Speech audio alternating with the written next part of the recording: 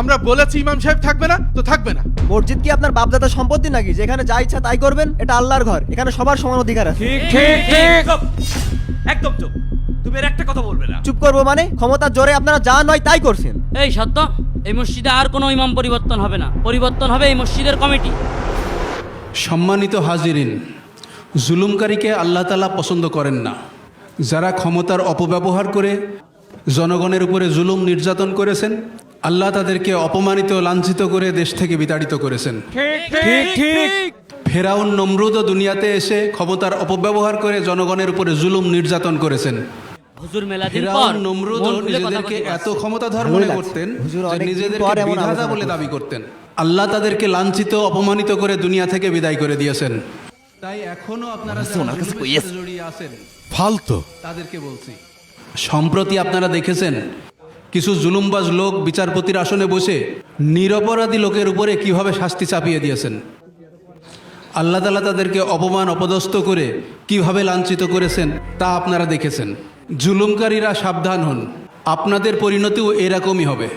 আল্লাহ তাআলা মানুষকে ক্ষমতা দেন। ঠিক আলোচনা করছে। খুব সুন্দর আলোচনা করেছে, আমাদের এরম আলোচনায় শোনার দরকার। আল্লাহ তাআলা কোরআনে কথা বলেন, শুনে না। হুজুরি যার সাহস কাছ দেখেছে থেকে ইচ্ছা ক্ষমতা কেড়ে নেন, আমাদের প্রিয় অভিভাবকের যাকে নিয়ে ইচ্ছা এসব তাকে কথাবার্তা বলছে। পরাক্রমশালী করেন, কিন্তু আল্লাহ ঠিক আছে, নিশ্চয়ই দেখছি। তিনি সর্ববিষয়ে শক্তিমান। এ থেকে আমাদের শিক্ষা গ্রহণ করা উচিত, ক্ষমতা চিরস্থায়ী নয়। সম্মানিত উপস্থিতি, আপনাদের সকলের অবগতির জন্য জানাচ্ছি যে আজকের জুম্মা নামাজের পর থেকে এই ইমামকে আমাদের মসজিদ থেকে অব্যাহতি দিচ্ছি। সভাপতি সাহেব, আমার একটা কথা আছে, আপনার ইচ্ছা মতো ইমাম তাড়িয়ে দেন, আবার ইচ্ছা মতো ইমাম নিয়ে আসেন। আপনি এই 3 মাসে 4টা ইমাম পাল্টাইলেন, এতে ইমামের অসম্মান করা হচ্ছে, আমাদের এলাকার বদনাম হচ্ছে। ঠিক ঠিক, ইমাম সাহেব যদি অন্যায় অপরাধমূলক কথাবার্তা বলে তাহলে তো তাকে তাড়িয়ে দেবই, এটা আমার কর্তব্যের মধ্যে পড়ে। ইমাম সাহেব অন্যায় করে না, অন্যায় করে অন্য লোক। এই কথা যখন ইমাম সাহেব তুলে ধরে তখন ইমাম সাহেবকে অপরাধী বানিয়ে তাড়িয়ে দেওয়া হয়। এই, তুমি কি বলতে চাচ্ছ? বলতে চাচ্ছি, আমাদের এই ইমাম সাহেবের অপরাধটা কি? তার অপরাধ হচ্ছে সে আমাদের কথা মতো চলে না, সে মসজিদের রাজনীতি নিয়ে আলাপ করে। ইমাম সাহেব কেন আপনাদের কথা মতো চলবে? ইমাম সাহেবের কথা মতো আপনারা চলবেন, কারণ ইমাম হচ্ছে নেতা। আর ইমাম সাহেব কোরআন হাদিসের আলোকে কথা বলে। এখন এই কথা যদি রাজনীতির সঙ্গে লেগে যায় তাতে তো আর ইমাম সাহেবের কোনো দোষ নেই। ছেলে ফেলে দেখছি মুখে মুখে তর্ক করা শিখে গেছে। এই তুমি এত বেশি বোঝো কেন? আমরা বলেছি ইমাম সাহেব থাকবে না তো থাকবে না। মসজিদ কি আপনার বাপদাদার সম্পত্তি নাকি যেখানে যা ইচ্ছা তাই করবেন? এটা আল্লাহর ঘর, এখানে সবার সমান অধিকার আছে। ঠিক ঠিক ঠিক, একদম চুপ। তুমি এর একটা কথা বলবে না। চুপ করবো মানে? অনেক চুপ করে থেকেছি। ক্ষমতার জোরে আপনারা যা নয় তাই করছেন। এই সত্য, এই মসজিদে আর কোনো ইমাম পরিবর্তন হবে না, পরিবর্তন হবে এই মসজিদের কমিটি। এই আপনারা সবাই বলেন, ইমাম পরিবর্তন চান নাকি কমিটি পরিবর্তন চান? Committee committee. আল্লাহু আকবার। ভাই ভাব ভালো না, চলুন ওই দিক দাঁড়াই। ইমাম আর কয়টা পাল্টাবো বলেন?